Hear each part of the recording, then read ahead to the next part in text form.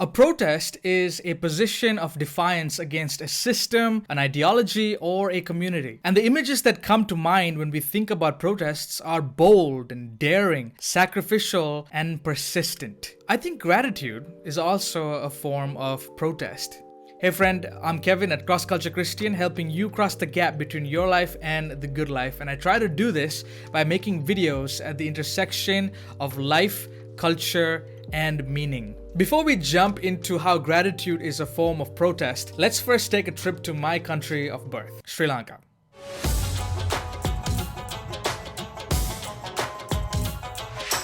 I spent the first 12 years of my life in Sri Lanka. Growing up, my sister and I were shielded from the poverty and inequality felt by many throughout the island because my parents didn't want us to experience the hardships they had faced. But I remember when we would see these hardships firsthand. It was usually when we would travel to see extended relatives in some of the far villages. You see, many of these people didn't have much, but they were some of the most grateful people I'd ever met. When I asked how they were able to live such grateful lives, I remember hearing variations of the following response. This is our reality. This is all we have. We are thankful for what we have, and that brings us joy.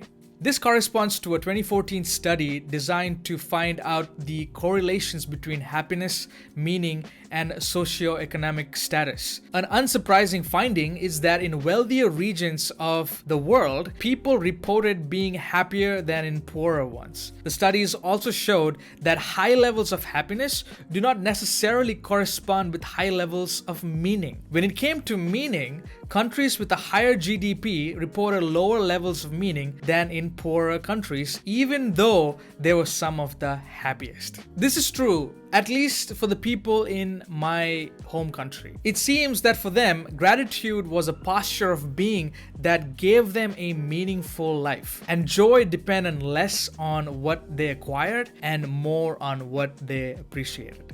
I currently live in the West, and much of mainstream secular culture frames gratitude predominantly as a mood, a way of feeling. In other words, for many, gratitude seems to be a kind consciousness that would hopefully generate acts of gratitude. This mood is what's commodified during the American season of Thanksgiving, an important period in the secular liturgical calendar where many are sensitized to the things they should be grateful for before barricading through mall doors less than 24 hours later because they just don't have enough.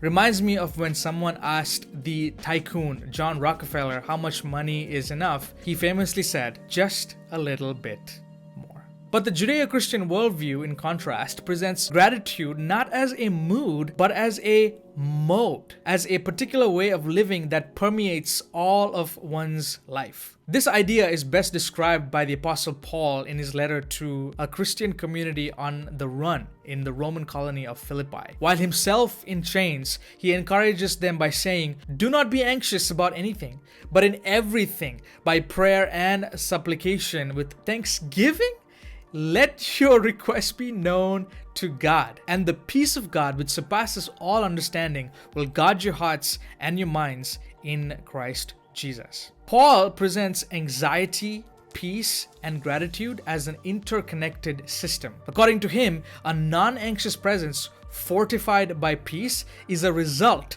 of an attitude of gratitude towards God. And this mode of gratitude was essentially a posture of defiance in the early church. It was a posture of defiance against the tyranny of Roman occupation and the fear of impending death. In the midst of uncertainty, in the midst of confusion and pain, a posture of gratitude unleashed peace. The community at Philippi would have understood peace through the Hebrew concept of shalom. Shalom is less marked by an absence of chaos and more by the presence of wholeness in the middle of chaos. It is essentially a peace among the pieces. But that was for the early church. What would this mean if it was written to the world today? A world disoriented by a pandemic. If the function of shalom is to guard one's being in the midst of chaos, then gratitude is a posture of protest against a culture of more. More money, more toilet paper, more stuff. Gratitude is a posture of resistance against a culture of now, against mediums of instant gratification which monetize our restlessness by offering quick but empty alternatives to a meaningful life. Gratitude becomes a posture of defense against disappointment, anxiety, and despair. So gratitude within the purview of the gospel is not a passive act, but an active one, an existential protest, no less brave or bold than the protests of today. That's probably why Danish philosopher Søren Kierkegaard captures the joy that comes from gratitude by saying, "It takes moral courage to grieve, but it takes spiritual courage to rejoice." Fred Rogers' ritual after accepting awards best encapsulates gratitude as a mode. So many people have helped me to come to this night. Some of you are here, some are far away, some are even in heaven. All of us have special ones who have loved us into being. Would you just take, along with me, 10 seconds to think of the people who have helped you become who you are?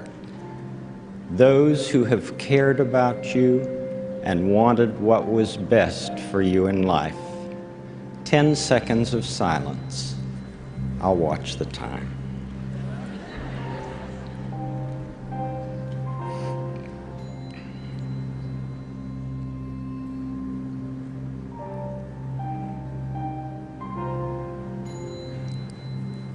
Whomever you've been thinking about, how pleased they must be to know the difference you feel they've made.